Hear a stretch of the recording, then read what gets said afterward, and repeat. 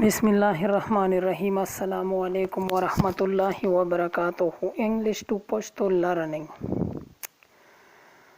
راځي چې نن په از او په هیز کې فرق معلوم کو او دا درته وښایم چې از به کوم ځای کې لګي او هیز به په کوم ځای کې لګي. ان تاسو په مخامخ دا دوه جملې دي ته وګورئ. علي is gone to school او بل جمله دا علي has gone to school. د دواړو مطلب یک یو شان دی. علي سکول ته لاړی. د دواړو مطلب یو شان دی، خو راځئ چې په دې از او په هیز کې درته فرق وښایم چې دا از ولې راغلی دی او دا هیز ولې راغلی دی.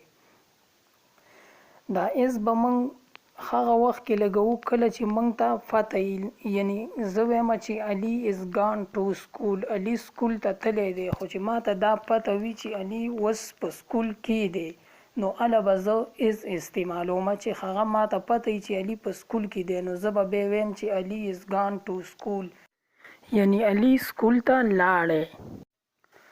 ها ګورئ اوس هیز ته.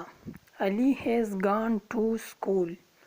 دا خیز به مونږه په هغه وخت کې استعمالو کله چې مونږ ته دا پته نه وي چې مطلب زه اوس ویم چې علي سکول ته تللی دی، د کور نه وتلی دی، خو دا پته راته نشته چې علي په لاره چېرته روان دی او که سکول ته رسېدلی دی، خو د کوره وتلی دی. نو زه به بیا ویم چې علي هیز ګان ټو سکول. نو په دغه وخت کې به مونږه بیا هیز استعمالو چې کله مونږ ته پته نه وي چې هغه سکول ته رسېدلی دی او که نه دی رسېدلی، هغه ځای ته رسېدلی دی او که نه، خو د کور نه وتلی دی.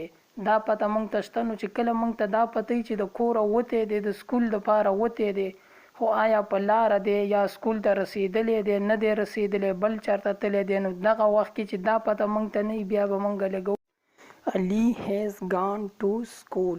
علي سکول ته لاړی.